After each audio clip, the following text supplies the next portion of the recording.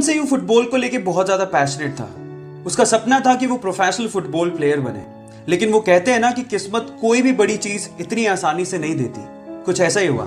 अचानक से उसे पता लगा कि उसे ग्रोथ हार्मोन डिफिशिएंसी है। मतलब कि उसकी फिजिकल ग्रोथ नहीं हो सकती, वो बोना ही रह जाएगा अगर उसने $900 पर मंथ का थेरेपी नहीं करवाया तो।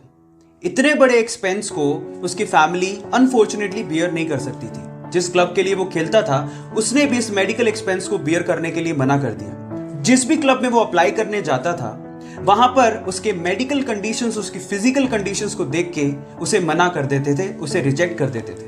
बट इतने सारे रिजेक्शन के बाद भी उसने फुटबॉल के लिए अपने पैशन को कम नहीं होने दिया।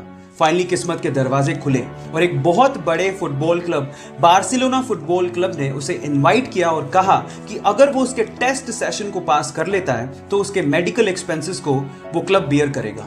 जब पहली बार वो टेस्ट सेशन के लिए ग्राउंड पे उतरा तो बहुत सारे फुटबॉल प्लेयर उसके बोने कद को देख के हैरान रह गए।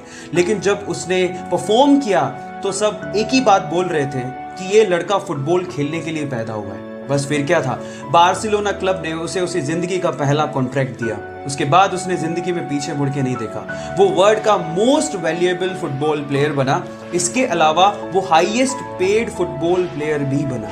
उसका नाम है लियोनेल मेसी। गाइस, एक बार किसी रिपोर्टर ने उससे पूछा कि उसकी ओवरनाइट सक्सेस का राज क्या है, तो उसका जवाब आप लोगों को सुनना चाहिए। उसने कहा कि इस ओवरनाइट सक्सेस के पीछे 17 साल 114 दिन की कड़ी मेहनत है। उसके बाद वो यहां तक पहुंचा। सो गाइस, इसीलिए कहते हैं कि सक्सेस ओवरनाइट नहीं मिलती। उसके लिए आपको कड़ी मेहनत, बहुत ज्यादा हार्ड वर्क, पैशन के साथ करना पड़ता है, पेशेंस रखने पड़ते हैं। और अगर आप में वो पेशेंस हैं तो आप भी रिकॉर्ड तोड़ ही दोगे। So guys, stay motivated.